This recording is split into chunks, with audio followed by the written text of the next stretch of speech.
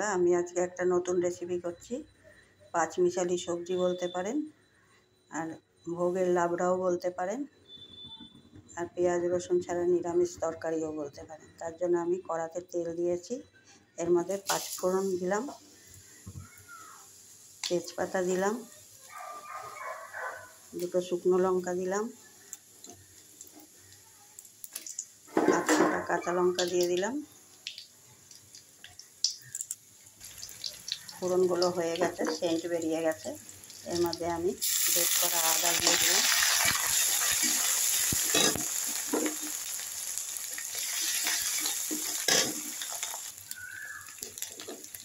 এর মধ্যে একটু আমি নারকেল কুড়ানো দিয়ে দিলাম।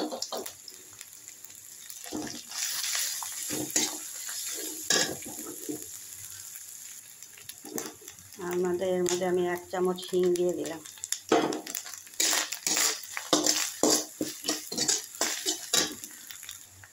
এগুলো হয়ে গেছে ভাজা। এর মধ্যে আমি এখন সবজি দেব, বেগুন, ঝিঙে, বরবটি। আমি এগুলো সব একসাথে এই তেলের মধ্যে দিয়ে দেবো। ফোড় কেটে রেখেছি, এই ফোড়টাকেও দিয়ে দেবো।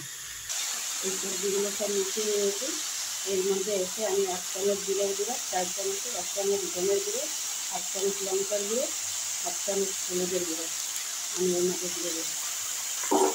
আমি এর মধ্যে নুন দিয়ে দিলাম, নুন পরিমাণ মতন। এই সবজিগুলোতে আমি এখন আলুটাকে নুন হলুদ দিয়ে ভেজে রেখেছি, মিষ্টি আলুটাকে নুন হলুদ দিয়ে ভেজে রেখেছি, কুমড়োটাকে নুন হলুদ দিয়ে ভেজে রেখেছি।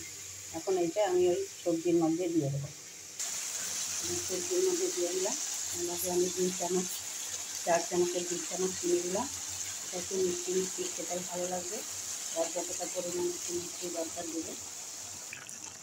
সব সবজিগুলো মিশিয়ে দিয়েছি। এর মধ্যে আমি একটু জল দিয়ে দিয়ে আমি ঢাকা দিয়ে দেবো। সবজিটা আমার সেদ্ধ হয়ে গেছে। এর মধ্যে আমি আর একটু গ্রেট করা আদা দিয়ে দিলাম, একটু হিং দিয়ে দিলাম লাস্টে, স্মেলটা থাকবে। বড়ি দিয়ে দিলাম, ভাজা বড়ি। এবার আমি এটাকে নেড়ে নামিয়ে দেব। দেখুন আমার পাঁচমিশালি সবজিটা লাবড়ার তরকারি। এর মধ্যে আমি একটুখানি নারকেল দিয়ে গার্নিশিং করে দিচ্ছি, দিয়ে ছড়িয়ে দিলে দেখতে ভালো লাগবে।